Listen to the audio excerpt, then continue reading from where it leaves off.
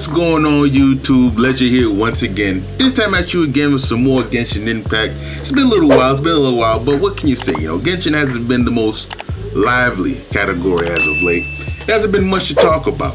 But one thing that I actually did want to talk about, I did want to address is the reason why this has been going on and how things are going to be looking like for Genshin in the future, possibly.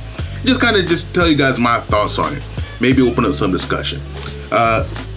So first and foremost, I just want to put out there that I definitely do send my best regards, my prayers out to the people over there in China who are dealing with this lockdown, because honestly, it's a lot to deal with.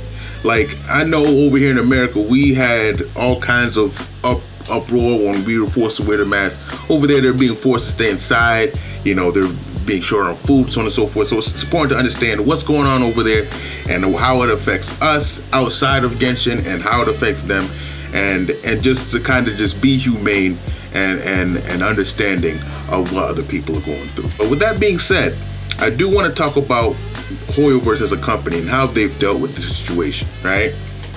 Now, I've been seeing a lot of things, I've been seeing, people on social media talking about the compensation, right? People are like, oh, we should have got more. Oh, we shouldn't have gotten anything. They didn't do anything wrong, so on and so forth. You can be sympathetic, but you have to look at this from a business standpoint, right? As a business, Hoyoverse has Genshin, this golden egg, and it has a lot of projects that they're planning on doing in the future. And in order for those projects to be successful, Genshin needs to be able to continue to gain success. Some can argue that they've made $3 billion, so they don't really need any more success from Genshin, but it all comes down to reputation too. Because if Genshin fails and they bomb it and everything like that, then that's going to just completely kill their other projects. So Genshin does need to continue to see success, right? And as a company, what you need to do, right? What you need to understand is that things happen outside of your control. You don't have control over every situation. Earthquake can come, hurricane, tornado, we're dealing with a pandemic, there's always that possibility that was looming right there, that something can happen with the pandemic that can hurt your business, right? So I do believe that Hoyoverse did plan pretty poorly for this. They didn't have any backup plans, it seems, at all. Basically, it's just the game is just running and that's it, right?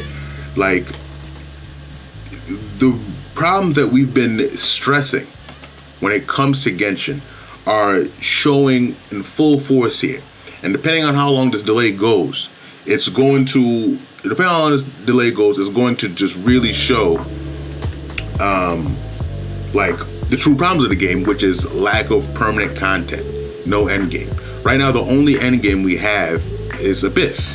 This bad boy is all we got when it comes to end game, right? The Abyss. And quite honestly, that's not enough. That's like, 20 minutes of end game every 2 weeks? Like, that's kind of laughable. I mean, yeah, for people who are kind of lower AR, they haven't been playing for that long, only a few months. Yeah, those people, it does take them longer to be able to beat Abyss, and it does feel true in endgame to them. But the thing about endgame is the endgame comes after you've leveled your characters and done a lot of the things that you need to do. So the people who are struggling on Abyss, they're just not at that point yet. But once you reach there, the ceiling of how strong your characters are way, way up there, and Abyss is down here, Like, eventually you're going to be able to get constellations for characters. Eventually you're going to be able to get the good artifacts for characters, and so on and so forth. And Abyss just isn't enough to scratch that itch, and people have been screaming that for a long time. Like, we need more permanent content. We need more endgame. And now we're in a place where there's not events that can distract us. Because as far as I'm concerned, these events are just side quests, And there's not these side quests that are there to distract us, to realize that we got no main story. We got no main quest going on. We get a main story, every few patches, it's just not enough. And then the main story is only like an hour long, maybe, so on and so forth. It's just not cutting it. One of the main things about Genshin that makes it so great is its battle system. Its battle system is phenomenal. It looks great. And when it comes to people spending money on the game, it's like the reason to spend the money in the game is to make your character stronger, to refresh for resin, to get better artifacts, to get constellations on characters, or get a character period. You know, it revolves around getting your character stronger. So the fact that there's no additional permanent battle content is an issue. And the game is essentially, regardless of events, the game is empty. There's nothing going on, you know? And Hoyo didn't really put this into account, or Hoyoverse didn't really put this into account when it comes to these things, because it's now we're just staring in the face where it's like, now we're gonna be a month and some change, a month and a half or so, just staring at Ayaka. You know, she's pretty, I'll tell you that. You know, she's great, look at it, you know? But we need more entertainment than that, you know? We need a little bit more than that. And like I'm saying, you know, of course, we gotta remain humane. We gotta understand that China is in this situation, but Hoyoverse as a company should have been more prepared for this. We've been screaming with all our might, like, please, we need permanent content. This is not enough. This is not enough. So Hoyoverse actually is in a tough spot, and they kind of put themselves in this spot when it comes to their preparation.